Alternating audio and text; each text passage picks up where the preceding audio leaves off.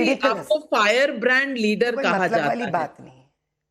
आपको fire brand leader कहा जाता है, और वहां हैदराबाद में भाईजान भी फायर ब्रांड लीडर हैं, बल्कि वो असदुद्दीन ओवैसी जी खुद नहीं, उनके फायर ब्रांड छोटे भाई भी हैं, जिनकी एक तकरीर बहुत फेमस हुई थी, 15 मिनट के लिए पुलिस हटा दो। अब आप इन दोनों के खिलाफ कैसे लड़ेंगी?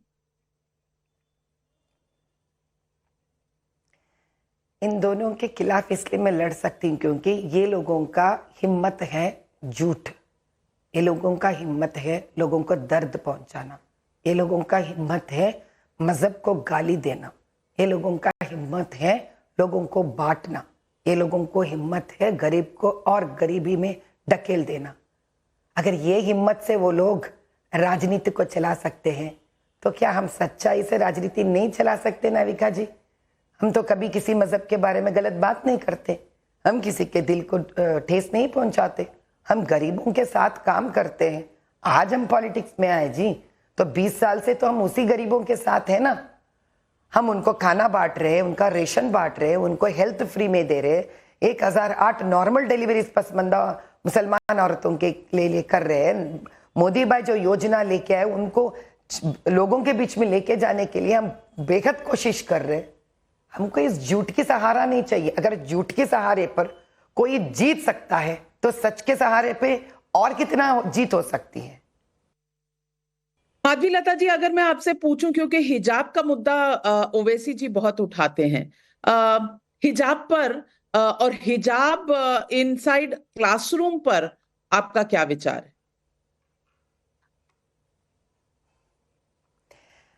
देखिए, यहाँ पे मुद्दा दो इश्यूज पे है। एक आर्टिकल 30 के हिसाब से, आर्टिकल 30 आप जानते हैं कि माइनॉरिटियों के लिए दिया गया है, स्पेसिफिकली एजुकेशनल इंस्टीट्यूशंस पे एक प्रकार का छूट दिए वो लोग, क्योंकि माइनॉरिटी इंस्टीट्यूशन पे, जैसे कि हम सिख भाई को देखते हैं, पगड़ी रहता है, जो 5 वो लोग पहनते हैं, उनका माइनॉरिटी का रिक्वायरमेंट है। जो हिंदू बेचारा स्कूल रखता है तो मजहब का पढ़ाई नहीं करा सकता, वो वहां पे एक यूनिफॉर्म सेट करके सारे देशवासी एक ही प्रकार आने का रहता है। वहां के आप टांग अड़ाते हो वहां पर, आप बताइए क्या मतलब है? और ऊपर से बैरिस्टर पढ़ चुके हैं और कॉन्स्टिट्यूशन के ये तो पीएचडी लिए कहते हैं लोग। ये है क्यों? इनके बात जो मुसलमान सुनता है वो पढ़ा लिखा नहीं रहता है, वो राज्यांग नहीं समझता है, वो तो बहुत ही इनोसेंट रहता है बेचारा। उसको समझ में नहीं आता है कि राज्यांग मुझे इतना हक दिए हैं। कौन पुस्तक पढ़ के स्पीचेस सुनेंगे बताइए नाविका जी?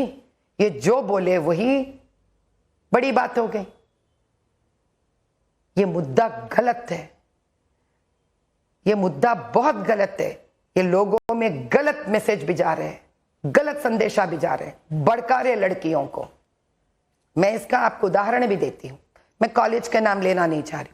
जब प्रधानमंत्री जी वुमेन्स डे का घोषणा करे थे तो मैं स्वयं एक लोकसभा पार्लियामेंट के असेंबली कॉन्स्टिट्यूंसी में मैंने पूरे मुसलमान बच्चियों को एकत्रित करे थे हिजाब से, प्रधानमंत्री जी का मैसेज सुनने के लिए।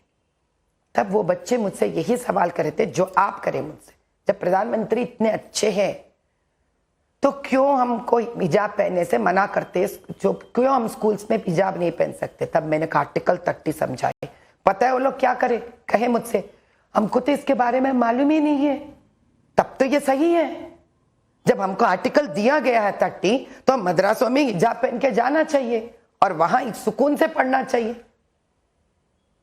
उनको उनका सोच विचार को ये खराब कर रहे हैं, उनके सोच विचार को गलत रास्ते पे लेके जा रहे हैं। ओवैसी साहब कहते हैं कि आप मुस्लिम विरोधी हैं, और वो बताते हैं कि चाहे 2014 का चुनाव हो, चाहे 2019 का चुनाव हो, 8% से ज्यादा मुसलमानों ने बीजेपी के लिए वोट कभी नहीं किया।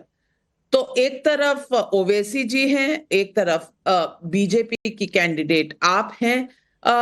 दोनों के ऊपर इल्जाम यही है, वो हिंदू विरोधी हैं, आप मुस्लिम विरोधी हैं। क्या जवाब देंगे जो लोग ये कहते हैं उन? नाविका जी, आपने कभी मेरे चैरिटेबल ट्रस्ट के वेबसाइट्स आपने देखे हैं तो प्लीज कृपया करके मेरे लिए 2 मिनट का तकलीफ उठाकर मेरे वेबसाइट्स ढूंढिए। 20 सालों से शायद मैंने मुसलमानों के साथ ज्यादा वक्त गुजारा है, शायद मैं पसमानदा औरतों को ज्यादा किया है काम और उनके लिए बेनिफिट्स भी। मोदी भाई जब मुझे चुने थे, एकमात्र यही सोच से चुने थे मुझे कि मुझे और मेरे मन में हिंदू और मुसलमान में कोई फर्क नहीं है। ये तो ओपन इंफॉर्मेशन है, खुला इंफॉर्मेशन है। परसों भी मैं रमजान को अपने शिया भाइयों के साथ हजरत अली जी की जयंती पे मनाने में गई थी। मैं आज भी इफ्तार पार्टी में जा रही हूँ। क्या कभी असदुद्दीन जी आके हमारे शिवालय में आकर बैठे क्या भजन में?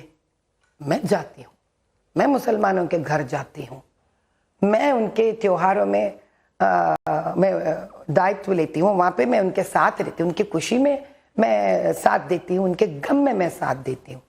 अब ये बताइए कहाँ से हम लोग मुसलमान के विरोध हो गए? कभी हमने किसी भी समय पे, मेरे पूरे पिछले सारे वीडियोस को आप जांच करिए, एक बार भी मैं मुसलमानों के प्रति एक गलत शब्द निकाला। हालांकि अगर आप मेरे वीडियोस ढूंढेंगे तो मैं यही कहती हूँ, इस्लाम एक प्यारा मजहब है। और ये आज नई बात करी हूँ मैं, 1-1.5 साल पहले ही बोल चुकी हूँ मैं ये बात। कभी कहा है उन्होंने राम पे गाली देते हैं, कौशल्या मैया के ऊपर असदुद्दीन जी और उनके भाई गाली देते हैं, अयोध्या पे गाली देते हैं, बतकम्मा हमारे यहाँ का फेस्टिवल है नाविका जी, कितना गंदा गाली देते हैं, बोलते हैं घूमते रहेंगे।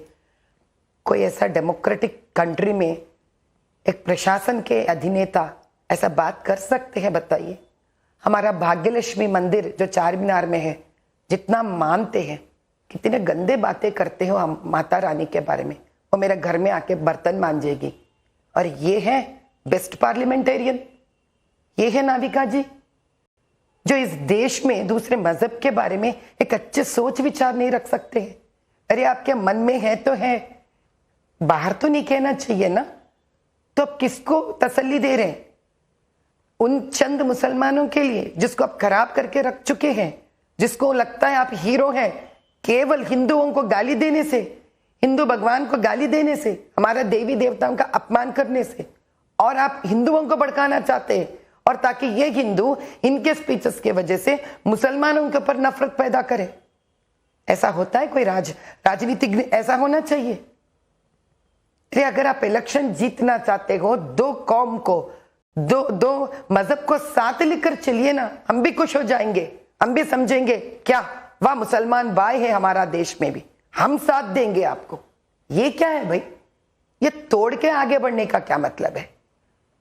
कब तक चलेगा नाविका जी? आप मेरा एक भी स्पीच लीजिए, उतना ही क्यों, अब मोदी भाई का स्पीच लीजिए, आप टाइप करके देखिए मोदी भाई का स्पीच ऑन इस्लाम, कितना प्यारा स्पीच दिया उन्होंने। अरे उनके जबान से वो रहमान रहीम इतने बढ़िया कहे उन्होंने।